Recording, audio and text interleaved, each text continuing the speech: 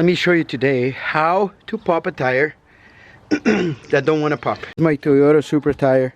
It's very thin, it's 35, and I mount it on my tire machine, and as you see here, it doesn't want to go. I left for a while. Sometimes they just pop, but this one doesn't want to do it. So let me show you what to do. So assuming you've tried everything, I just put some more air. You said it's all the way to the end, above 50, and it's not coming off. So we're gonna do this. I'm gonna take this out with a tool like this. It sells on O'Reilly's, or I might put a link on the description. And hold tight so it doesn't fly on you.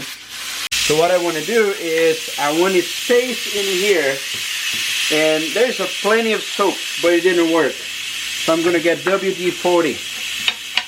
And I just need this to move a little bit so the WD-40 gets in there. There you go. It's plenty. So the WD-40 is going to make the tire slide up. Put the little thing back in there.